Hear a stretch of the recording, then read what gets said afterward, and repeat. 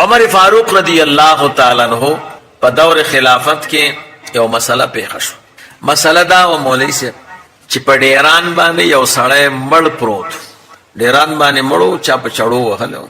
عمر فاروق صاحب ته خلک راغله چې دلته مړی پروت ته عجیبه کار شو، مخکې خو مړی ډېر نه کېده. عمر فاروق رضی الله تعالی عنه هغه فرمایل چې مړی به پیدا شي، په دې به لږ وخت لګېږي، یو کال نیم. صحابو ته وی انتظار کوئ، مړی ښخ کو. یو کال بعد همدغه ډیران باندې یو ماشوم پروت و، ژوندی او ژړلی.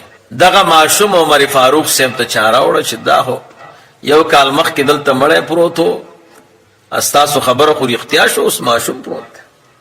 بس وی اوس به قاتل معلوم شي. یوه ښځه یې راوغوښته او پیسې ورکړې، ورته وی دا ماشوم به پانک کې سترګې به ورته تورې کې او دې کوڅو د مدینې منورې کې به یې ګرځی. کمې ښځې چې درنه مطالبه وکړه چې رای وله او دې سره یې مینه وکړه، محبت یې وکړه، نو ورې وله چې مینه او محبت یې ورسره وکړه، بیا ما ته الو وایه. دې ښځې دا ماشوم راواغسته او مدینې منورې کوڅو کې یې ګرځو. یو کور دویم چت کې یوه ښځه وه، هغې دې ښځې ته وویل چې دا ماشوم دننه راوړه. کله چې ماشوم دننه راوسته، هغې ورته کالي بدل کړه او ویې لمبه او سترګې ورته تورې کړې، ډېره مینه ورسره وکړه. بیا دې ښځې ته ورکړه، ورته وویل چې زه کله کله راوله. هغه ښځې عمر فاروق صاحب ته قصه وکړه چې داسې قصه وشو. ویلې بس اوس کار وشو. دغه ښځه چې وه دا د یو صحابي لور وه او دغه صحابي دا د عمر فاروق صاحب د ټولو نه نږدې سړی و. بس هغې راوغوښته، ورته ویې ماخوستن به ستا کور ته درځم، د غټې دروازې سره به یو پرده ولګی او هغه لور به دې راکوزه کړي، هغې سره زه یو څو خبرې کوم. پردې ولګوله، عمر فاروق صاحب ورپسې ورغی. هغه سړي صحابي لور راکوزه کړه، ده ورته دا توره وښوده د پردې نه دې خوا. ویلې توره دې ولیده؟ ویلې وی سیل به وایي کنې سر به دې قلمیږي.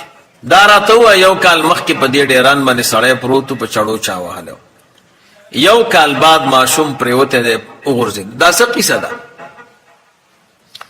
هغه ښځې ورته وی عمر فاروق صاحب رښتیا به درته ووایم، زمونږ یوه وینځه وه د یمن، هغې به کور کې خدمت کو او د هغې یو هلک و، هغه د شپې زما کټ ته راغی، ما نه مطالبه د زنا کول. ما ورته وی نه، زه مجبوره شوم، په زور را سره زنا وکړه. چې ویې کړه مجبوره شوم، په چړو مې ووهه او مړ مې کو او دقلته مې په دې ډیران باندې وغورځه. د هغې زنا نه یو کال پس مې معشوق پیدا شو، دا خو مې ښکاره کولی نه شو، نو دا به په دغه ډیران باندې وغورځم. نو چونکې زوی مې دی او مور ته خو بچي ګراني، ما ورسره محبت کړی، رښتیا مې درته وویل. ورته ویې ډېر صحیح دی کار دی که نه، چې کوم خواص ته عمر فاروق صاحب و دا ښځه هغه ته په نکاح کړه. نو دومره عقل الله تعالی عمر فاروق رضی الله تعالی عنه ته ورکړی او د عقل او د عدل عجیبه عجیبه قصې دي چې کتابونه وګورئ که نه، بیا پکې اوده خبره ده. چېرې یو سړی مولا شي او مدرسه کې به 2000 3000 روپۍ تنخواه ورکوي، په دې باندې به د بچیو کار، د کور کار، ټول عمر به محتاج وي، نو دا خو نه کېږي. خلک هم امامانو ته دومره روپۍ نه ورکوي، مدرسینو ته، نو دې بچي باندې به دنیا زده کم، نو دی به مالدار شي، د رزق فکر به ختم شي. نو اکثر خلک چې خپل بچي یا ځانونه د علم نه بندوي، دویم مانع دا دی. زمونږ او ستاسو ملګري علماو ته چې ووایي هلکه بچی دې عالم که که نه، څه پې کوو، ما څه توره کړې ده، ډاکټر به یې کم، انجینر به یې کم، ډېرې روپۍ به ګټي. سعدي صاحب وایي اے کریم که از خزانه غیب گبر و ترسا وظیفه خورداری، دوستان را کجا کنی محروم تو که با دشمنان نظر داری. اے کریم ذاتا څوک چې د لمر او د اور عبادت کوي، هغه ته هم رزق ورکوي، دوستان به ته کله کې محروم چې په دشمنانو ته نظر ساتي. نو په الرحمن کې وعده د رزق ده ښه، چې ته فکر مه کوه زه کافر ته رزق ورکوم، تاله به ولې نه ورکوم. او داسې دم ګوره، ټولو کې ښایسته رزق د علماو دی، ښایسته کالي د علماو دی، عزت د علماو دی. دا کم چې درته ذلت سره ښکاري، دوی اصل کې د دین خدمت نه کوي، ښه دا چل ول کوي. دا د الله وعده ده. رسول الله مبارک صلی الله علیه وسلم دعا ورته کړې ده، نضر الله من سمع مقالتی فحفظها ووعاها واداها. الله دې تر تازه ولري هغه څوک زما خبره واوري نو د رسول الله مبارک دعا خو قبول ده. دغه علما چې تاسو ګورئ چې محتاج ای مشکل سره مخامخي مولوی صاحب دا د دین خدمت نه کوي. ښه څوک چې د دین خدمت کوي الله نه خرابای، او که د دین خدمت کوي نو مقصود اصلي تنخواهی او روپۍ نه د الله تعالی رضا. والکه د دین خدمت د خدای د پاره کوا، دا دنیا په خپل پکې راځي کنه، په خپل راځي. یره دی جمعات کې امام کې څومره تنخواه برا کوي نو کار دې خراب کې کنه. یره مدرسه کې مدرس کې هم څومره تنخواه برا کوي چې تنخواه دې پکې وي کار دې خراب. نو زما چې خوښه شوی د عبدالرحمن صفوری رحمه الله خبره مې خوښه ده. ا فرمایي چې کله آدم علی السلام د جنت نه راکوش اول ته د غنم دانه خوړلې و ډېرې وژړل. جبرئیل علیہ السلام ورته راغی ورته وی فرمایل آدم علیہ السلام الله تعالی یو کلمه در ترا لېږلې ده هغه باول وی بیا دعا وکړه الله قبلې. وی کومه کلمه ده؟ وی بسم الله الرحمن الرحیم. بسم الله الرحمن الرحیم وی دعا وکړه الله دعا قبول کړ. د دې واقعین دا معلومیږي چې که دعا قبلېدل سو غواړي مخکې به بسم الله وای. بسم الله کې دا کمال دی. کبه دعا نه چې مخکې ویلې شي التا هغه دعا الله تعالی قبلای. وای بیا بسم الله پورته شو کله چې د نوح علی السلام زمانہ راغله او نوح علی السلام کشتی کې سور شو او برخ کار شوی. جبرئیل علیہ السلام راغی حضرت نوح علیہ السلام ته و فرمایل کله دې دریاب او طوفان نه نجات غختل غواړي ناول بسم الله وایا. بسم الله الرحمن الرحیم وی الله تعالی ورته د طوفان نه نجات ورک. کله چې د مصیبت واخراغه او غواړي چې نجات درته درکړي شي بسم الله ته بزور ورکی بسم الله چوای بیا الله تعالی د عذابونو نجات درکړي. بیا چې کله د عیسی علی السلام زمانہ راغله او يهودو عیسی علی السلام شهید کاو. عیسی علی السلام د ماخام په وخت کې په یو کوټه کې پناه ویوړه. جبرئیل علیہ السلام راغی او بسم الله ورته نازل کړ. ورته وی فرمایل چې بسم الله وایا الله به د دشمن نه نجات درکړي. بسم الله الرحمن الرحیم ویلا او جبرئیل علیہ السلام عیسی علیہ السلام پورته ک اسمانونو ته. نو دشمن د نجات د پاره بهترین نسخه ده. رسول الله مبارک صلی الله علیه وسلم کله چې اهل مکه او راګیر ک په کور کې او په غار ثور کې نو بسم الله الرحمن الرحیم نازل شوه ده. دې لپاره چې دشمنانو سترګې الله لندې کی او رسول الله مبارک صلی الله علیه وسلم ته الله تعالی نجات ورکي.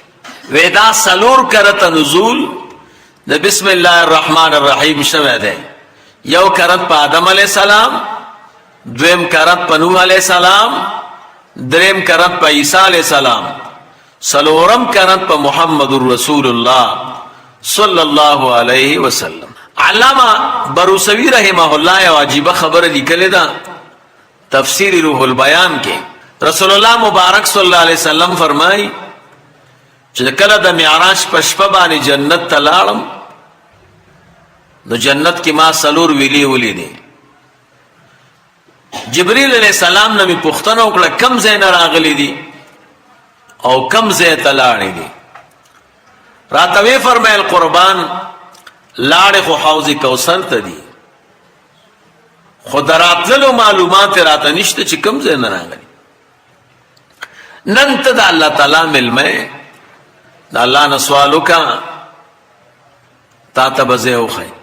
ما الله ته سوال وکړو الله تعالی راته وفرمایلو زما پیغمبر سترګې پټې کا.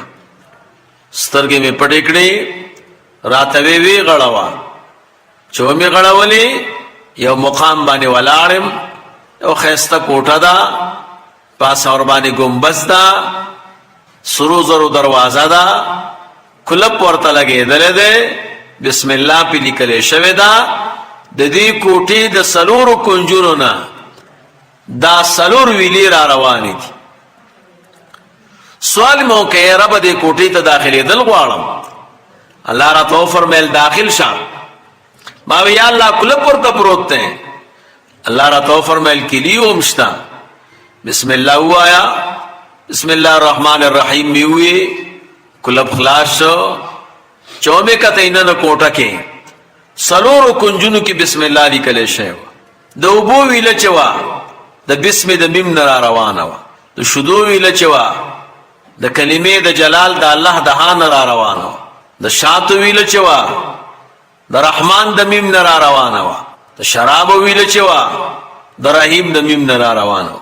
الله جل جلاله راته فرمایل زما پیغمبره څوک چې په د زړه په صدق مانه یو کرتم بسم الله الرحمن الرحیم وای زب ورته د دې سلور ویلونه خوراک ورکو. موږ د استادانو نو ورېدلې کم کاتب چې بسم الله لیکي او غاخونه ورته نه کوي دی به وای د دغه سلور ویلو د خوراک نه محرومای. سلور ویلې به د دینه ورته خوراک نه ورکول کیږي. او د کنس په حاشیه باندې دي چې د سین درې غاخونه ولې دي. اول غاخ دلالت کوي په جبرئیل علیہ السلام، دویم غاخ دلالت کوي په میکائیل علیہ السلام، دریم غاخ دلالت کوي په اسرافیل علیہ السلام، میم دلالت کوي په ملک الموت. زما د تجربه موافق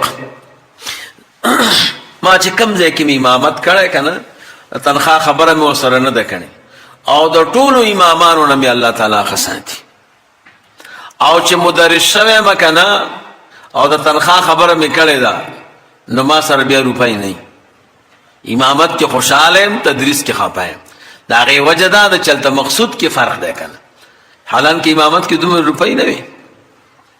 زمونږ استاسو دوی جومات کې څومره غټ جومات دی، یعنې ما ته 2000 یا 6000 دا روپۍ را جمع کېږي. نه په 2000 او په 6000 روپو به څه وکړي. خلکو فکر دا دی چې لوی جومات یې نیولی دی او دې کې به چې دی د میاشتې 1 لاک او 2 لاک روپۍ. دا خبرې نشته پکې. خو مقصود مو اوسه پورې الله پاک مو دې باقي مو ساتي. مقصود اصلي مو اوسه پورې روپۍ نه دي ګرځولي. مقصود مو سبق دی. موږ ګوره دا جومات دی غټ جومات دی، دې کې به درس شروع کړو موږ به خپله فایده والو کنه. نو کار مو روان دی. داسې مولوي صاحب چې مقصود اصلي د دنیا او بیا کار خرابېږي، او چې مقصود اصلي د دینو بیا د کار سمیږي. ګوره دا زمونږ استاسو ملګري چې حکومت ته تللی دي، ګوره اسلامي حکومت هم دی الحمدلله د طالبانو او د علماو، خو مقصود اصلي خو روپۍ دي کنه. چېرې ماله تنخواه راکړي منې که دوی سره روپۍ ښه کېږي. دوی سره روپۍ مفۍ نه وي چې پوښتنه ترې وکړي چې راکړه یو 2000 روپۍ قرضه درته وایي وروره مو زه خو دا 3 هفتې کېږي 100 روپۍ قرضوم. والکه ستا خو ډېرې روپۍ تنخواه نو دا ګرم نه دي. دوی سره رښتیا هم روپۍ نشته. رښتیا وایي دا مقصود کې فرق دی. کله چې د مقصود د دین خدمت و نو بیا دې الله نه خرابوي. و د الله بنده کافر ته رزق ورکوم تاله به نه در کوم، تاله خو به د ټولو نه ښه در کوم چې ته دین زده کوې، سبق وایې، قرآن کریم وایې. هغه دا د شیطان خو هم غټه بلا ده که نه. کله کله درته وایي والکه سبق مه وایه، د آخرت ذموارۍ سره به څه کوې. عالم دپاره خو ډبل سزاګانې دي. یو د علم کړه بیا پې عمل نه کوې. دې نه چې امي نو یو سزا به نو کله کله دې په دې دین کې بیا غلطی. د دې مانع ازالم پکې د الرحیم. الله وایي زه په آخرت کې خاص مهربان یم په مؤمنان. د آخرت فکر ونه کې ته علم زده که بس آخرت کې دې زه جنت ته بوځم که نه ته ولې غمونه کې. امام محمد رحمه الله چې کله وفات شي که نه نو بیا چا په خوب کې ولیده وی الله تعالی ځان ته ودرولم چې زه جنت ته. اے امام محمد چې ما جنت ته نه لیږلی ما علم نه درکاو، خو چې علم مې درکه خو جنت ته دې لیږم که نه. نو مولوي صاحب دا علما د خپلو کتابونو په ابتدا کې بسم الله د ډېر وجوهاتو نه راوړي، خو یوه وجه دا ده چې په بسم الله کې د طالب د پاره د دریو موانع ازاله ده چې سبق ته وزګار شي.